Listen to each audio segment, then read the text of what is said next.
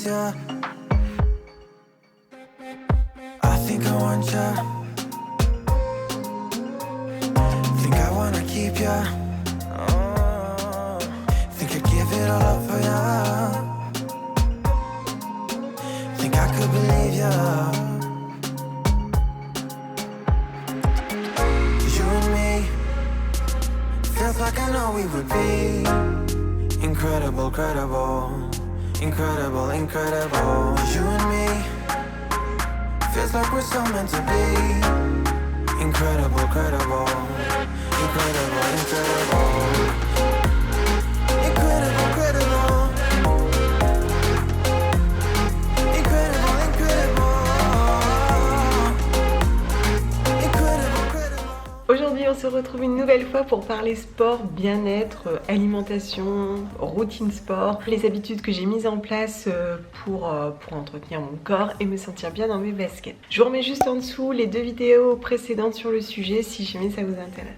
Alors je vous l'ai souvent dit, pour moi le sport c'est quelque chose de très important, que ce soit pour être bien dans ma tête, pour entretenir mon cœur, pour entretenir mon souffle, pour entretenir mon corps dans sa globalité.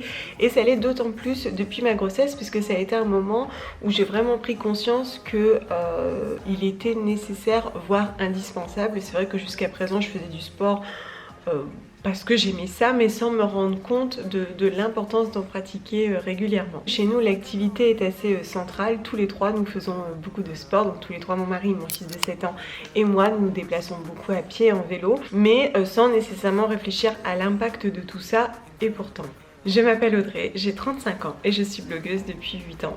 Bienvenue.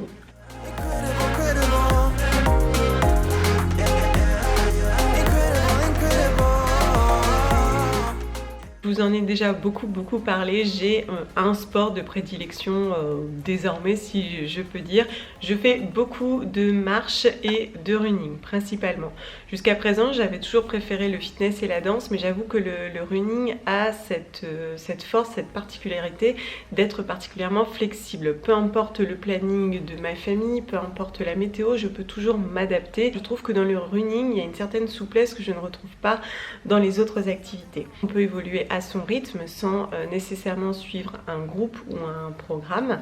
On peut y aller tout doucement selon sa vitesse et selon ses capacités. Actuellement, je prépare la Jules Verne, donc qui est une course amiénoise qui se produit chaque année, et je me suis inscrite cette année sur le 10 km, 10 km qui à l'époque me semblait inaccessible. Bon, bah ça y est, on y est puisque je m'y suis inscrite, donc je m'entraîne. Je cours 2 fois par semaine et je cours 7 à 10 km. Je ne cours pas très vite puisque dernièrement la Garmin me disait que j'avais couru à 9,2 km/h, donc vraiment je ne cours pas vite, mais comme je vous l'ai souvent dit, moi mon credo ce n'est pas de performer mais de durer. Ce que je veux c'est terminer la course, voilà. Et au niveau de mon objectif suprême qui actuellement me semble totalement inaccessible, et voilà, je le dis haut et fort, et même si j'ai sans doute tort de me le dire puisque c'est une pensée négative, actuellement je ne m'en sens pas capable, mais un jour j'aimerais être capable de courir un semi-marathon.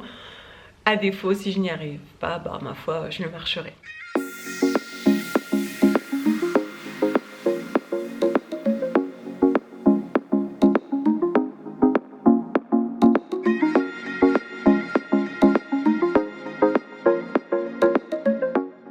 Du coup actuellement je m'entraîne sur 10, je fais des petits tours en fonction donc du planning et en fonction de la météo. J'essaie vraiment de m'adapter, je m'efforce de me tenir à mes 2 fois par semaine, ce qui fait que dernièrement j'ai couru sous la pluie, sous la neige, j'ai couru entourée de gel. C'est vrai que ça améliore beaucoup l'endurance et la force mentale. À côté de ça, je marche énormément, je me déplace principalement à pied et en vélo, donc que ce soit pour aller chercher mon fils à l'école, pour aller travailler, pour aller faire des courses, et je trouve important de ne pas négliger ces kilomètres. La dernière fois je vous demandais sur Instagram si vous pratiquiez du sport et vous me disiez non, par contre je marche beaucoup, et c'est là que je me disais bah c'est assez surprenant parce que l'air de rien ils marchent 5, 10, 15, 20 km sur la semaine et me disent qu'ils ne font pas du sport, et pourtant ça compte. La dernière fois je regardais vous savez sur la petite application de l'iPhone, je fais au moins 30 000 pas sur ma semaine. Vu la taille, l'amplitude de mon pas, on peut penser que ça équivaut à 15 km, ce qui est assez conséquent. La marche, ça compte. Aller tous les jours à son travail qui est à 3 km à pied ou en vélo,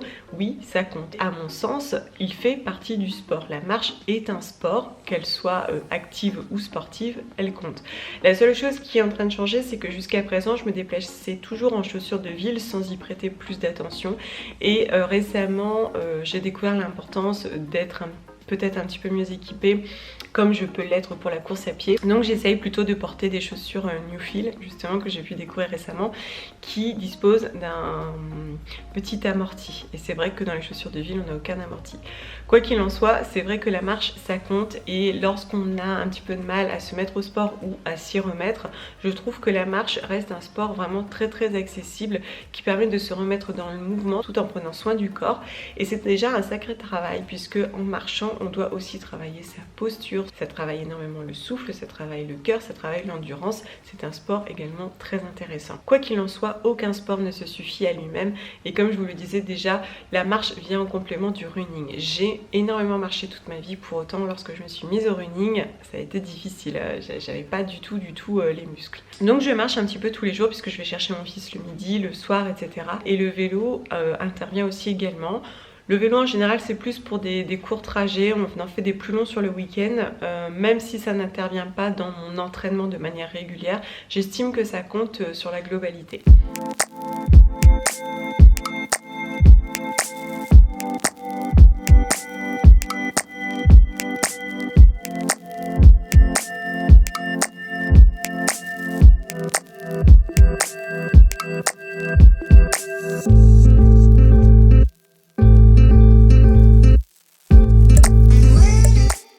Ensuite, ce que j'aime faire et dont je vous ai beaucoup parlé parce que je pense que c'est un complément indispensable à la marche et à la course à pied, c'est tout ce qui est renforcement, gainage et étirement via le yoga. Je trouve que ce sont des pratiques qui viennent bien complémenter les autres, puisqu'elles vont permettre de travailler vraiment les muscles plus profonds et de travailler la posture. Moi j'ai un vrai problème de posture qui se manifeste aussi dans la course à pied, et pour le coup on se rend compte que si on pratique avec une mauvaise posture, sur le long terme on va vraiment le payer cher. Avoir des problèmes de dos, donc pour le coup irréversibles, et donc j'essaye de travailler un petit peu régulièrement toutes les semaines, en sachant que je vous l'avais montré dans cette vidéo que je vous remets juste au-dessus. Jusqu'à présent je faisais des petits exercices mais sans savoir si vraiment j'étais bien positionnée. Donc récemment je suis allée au Domios Club de Lille et voilà, j'ai demandé à un professionnel et je lui ai dit voilà, je fais du running mais j'aimerais et améliorer ma performance et améliorer ma posture et globalement travailler un petit peu mon corps, le bien-être. Voilà, qu'est-ce que tu me conseilles? Il m'a montré quelques petits exercices intéressants, que ce soit en complément du running ou de la marche, ou juste pour se remettre en route et faire des petits exercices chez soi ou dans la salle d'à côté. L'avantage du Domios Club, c'est que vous avez des coachs à disposition. C'est vrai que quand on va dans des salles de sport, on a plein d'outils, on a plein de machines qu'on emprunte, qu'on utilise sans toujours savoir si finalement on les utilise bien, et je trouve que c'est la principale difficulté. Donc je trouvais très sympa de pouvoir être accompagnée, et d'ailleurs j'ai réalisé que je ne faisais pas très bien les postures. Donc, au niveau du renforcement, il m'a montré plusieurs exercices que je vais vous montrer au fur et à mesure. Évidemment l'une des plus connues c'est la planche. La planche je la faisais à peu près bien, si ce n'est que je montais un petit peu trop les fesses. Et on a beaucoup discuté de l'importance de travailler les muscles profonds. On a tendance à vouloir travailler les muscles les plus visibles, tous faire ça, surtout les personnes qui essayent de travailler vraiment l'apparence et qui cherchent à plus développer leurs muscles. Donc là on a travaillé la planche en 3 séries de 30 secondes, voire 3 séries de 1 minute selon notre niveau. Je trouve que ça c'est vraiment un exercice qu'on peut faire partout au quotidien et qui n'est pas négligeable. Il m'a montré aussi un autre exercice à faire sur le ventre pour travailler les dorsaux. Donc là en travaillant plus avec les mains en éventail sur les côtés, c'est un exercice que je ne connaissais pas. Et puis tout simplement relever les pieds et les bras. Ça c'est un exercice qu'on nous fait beaucoup faire chez le kiné, notamment lorsqu'on manifeste des problèmes lombaires.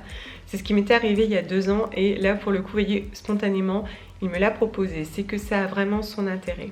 D'ailleurs on en a discuté de cette pratique souvent exclusive. On a tendance à négliger la complémentarité des autres sports, à tort, puisque effectivement on travaille beaucoup les abdos mais pas nécessairement les muscles antagonistes à nos risques et périls, puisque sur le long terme, comme je vous le disais, ça peut être un petit peu gênant. Donc se dire bah voilà, une fois par semaine je fais une petite séance complémentaire, donc ici du renforcement ou bien peut-être du yoga selon ce qu'on recherche et ce qu'on attend de cette séance.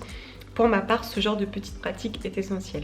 Lorsque j'étais au Domios, j'ai découvert d'autres choses, des choses pour le coup que je ne connaissais pas. J'ai notamment trouvé cet exercice. Alors, cet exercice, quand je l'ai découvert la première fois, j'étais un petit peu inquiète. Je me suis demandé si j'allais y arriver parce que je ne suis pas du tout adepte de ce genre d'agrès. Et effectivement, c'est hyper sympa. Je pense que ça pourrait m'être très utile et que je vais le refaire systématiquement lorsque j'irai à la salle. Il m'a bien montré la position, l'importance d'être toujours bien alignée parce que j'ai tendance à être un petit peu voûtée, à refermer mes épaules vers l'intérieur, et comme il me disait, pour la plupart des gens c'est comme ça, on a un petit décalage, on se positionne en fonction de notre métier, si on est beaucoup assis, si on est beaucoup debout. Il m'a fait un autre travail sur cette demi-balle que j'ai trouvé particulièrement intéressant, qu'il propose pour la proprioception. Je trouve ça génial. C'est vrai que pour travailler l'équilibre, pour travailler la posture, pour travailler la sensation dans l'espace, pour travailler aussi l'appréhension de terrain plus accidenté, notamment dans la course à pied, on n'est pas toujours sur du bitume, des fois on arrive sur des cailloux, on arrive sur de la terre, on arrive sur du sable, et selon le changement de terrain, on remarque effectivement que nos pieds vrillent et que le dos essaie de s'adapter et pas toujours de manière efficace. J'ai trouvé cet exercice absolument génial. Dans un premier temps, je devais juste rester genoux fléchis. Évidemment, j'étais pas très stable. Et puis après, il m'a lancé un ballon lesté. Et j'ai trouvé ça aussi génial parce qu'en fait il me l'a envoyé sur les côtés, de face, etc. Donc ça, on n'est pas obligé d'avoir un coach avec soi, on peut le faire avec une copine, son amoureux, son frère, sa soeur, qui vous voulez, peu importe. Je trouve que c'est génial aussi. Et puis voilà, on a fait d'autres petits exercices qui viennent également améliorer la course à pied notamment. Et c'est ce jour-ci que j'ai découvert l'importance de faire des fentes. Alors c'est drôle parce que j'en avais jamais entendu parler et pourtant je suis pas mal de runners. C'est d'ailleurs très intéressant et je me suis beaucoup interrogée sur ce que nous apportent véritablement les réseaux sociaux. Bref, toujours est-il qu'il m'a beaucoup parlé des fentes et de l'importance de faire des fentes si on veut s'améliorer en course à pied.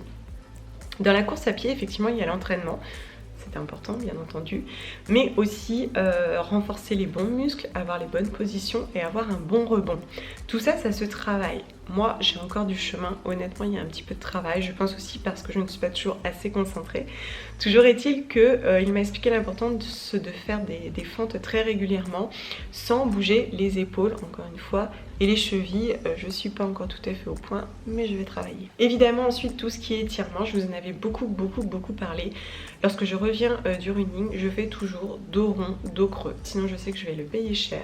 Et puis ensuite, je m'enroule en me rapprochant de la posture de l'enfant. Ce sont des postures qui à mon sens sont indispensables, en tout cas pour moi elles le sont désormais, et je vous invite vraiment à vous renseigner en fonction de votre pratique et des besoins de votre corps. Ensuite, au niveau donc de la routine, vous m'avez demandé si je partais à jeun. Non, je ne pars jamais à jeun. Tous les matins, déjà je commence par boire. Boire de l'eau, comme je vous l'avais dit précédemment, c'est vraiment indispensable. On le néglige très souvent et à tort. Donc je bois beaucoup et des fois même je me force un peu parce que j'ai pas toujours très soif le matin. Et en général, je mange. Alors je vous le disais, moi je mange vraiment à la française. Donc du pain d'épeautre avec de la confiture ou du pain des fleurs, des fois même avec de la pâte à tartiner. La seule chose, c'est qu'il va me falloir 1h30 à 2h pour pouvoir courir après. Donc ça me demande d'anticiper un minimum et souvent je prends un petit café avec. Si je veux quelque chose de plus conséquent, et je le fais très régulièrement, ne serait-ce que parce que Junior est dehors, je fais des pancakes. Alors soit je fais ma recette basique qui est la première donc de cet article, la toute première en haut, soit je l'adapte sans levure en remplaçant la farine par des flocons d'avoine avec ou sans gluten mixés. Et donc du coup là je vais obtenir plus une sorte de galette plus consistante et plus nourrissante, que je trouve aussi très intéressante et très agréable au goût. Il m'arrive même des fois d'ajouter une cuillère à soupe de sirop d'érable et c'est très bon. Donc non, je ne pars jamais à jeun. Girl, you should wear a name tag. Vicious presenting.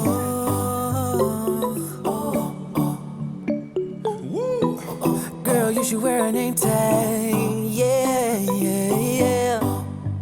Whoa. Let's go. Summer's gone, I'm latching on.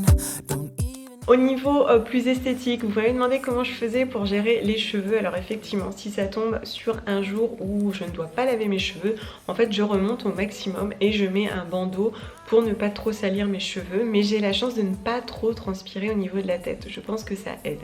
Les jours où je dois laver mes cheveux, je profite de cette journée pour mettre de l'huile sur mes pointes. Donc en général c'est chanvre et jojoba, comme ça ça va nourrir un petit peu pendant une petite heure, ça va bien travailler, je vais faire mon shampoing après, ça va être nickel. Je profite souvent en fait de ce moment là pour laisser un peu poser le masque d'huile, parce que bah finalement on s'en fiche, je suis en train de courir et je suis trempée. Girl, you should wear a name tag. It's too important, should be your name. People go insane when you walk by.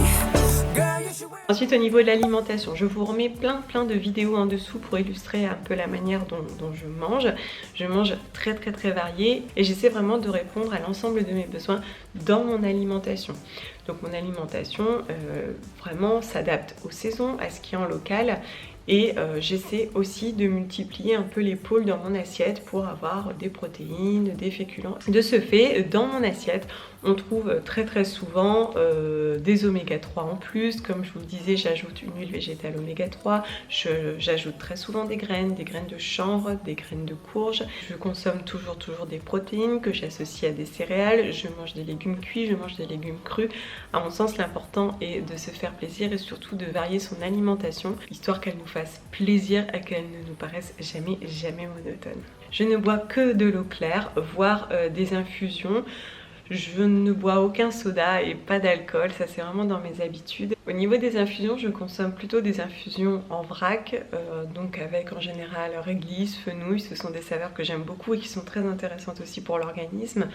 Et je peux boire un petit peu de rooibos. Si je veux quelque chose en sachet, ce qui n'est pas la majorité mais qui peut arriver, je vais plutôt m'orienter vers Pukka, Yogiti, des choses comme ça, mais je vous remets des références en dessous.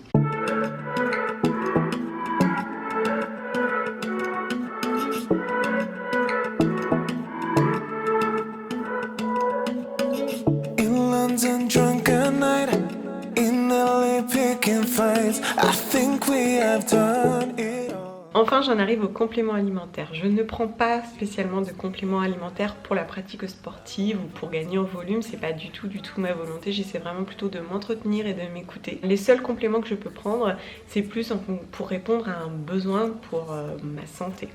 Donc je prends de la vitamine B12 puisque je mange majoritairement végétalien, ou au pire entre guillemets végétarien. En tout cas je mange très peu de produits de matière animale, d'origine animale. Je prends de temps en temps du magnésium lorsque j'en ai besoin, ou du fer lorsque j'en ai besoin également. Ce que je peux faire en revanche, c'est des cures de probiotiques. Donc actuellement je découvre cette marque-ci qui est végane et sans gluten.